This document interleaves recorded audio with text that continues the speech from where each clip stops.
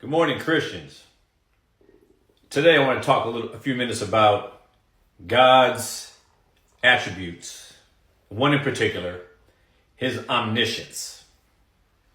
Omniscience means he knows all things. All things. What you think, what I feel, what other people feel, what they all think. He knows all things simultaneously.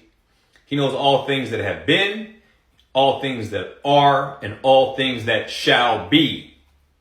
He knows everything. How many ants you stepped on today. He knows how many miles you put on your car today. He knows every single detail of every single life as it pertains to everything in creation and everything outside of creation in eternity. He knows it all. But the question, most people don't question whether or not God knows all.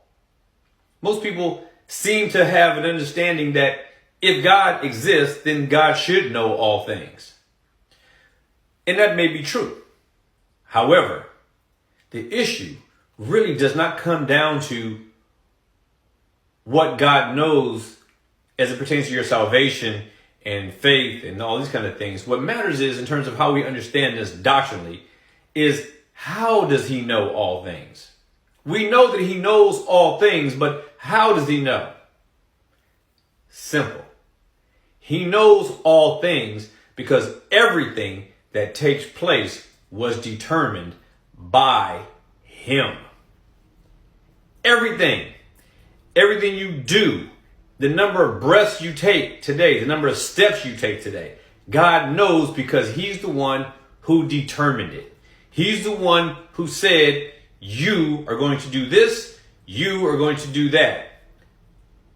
You may be asking, how do you account for all the things that go on in the world and all this kind of stuff if he knows? And, because the fact of the matter is, he does know. And he knows because he set it in motion. He himself is the first cause of all things.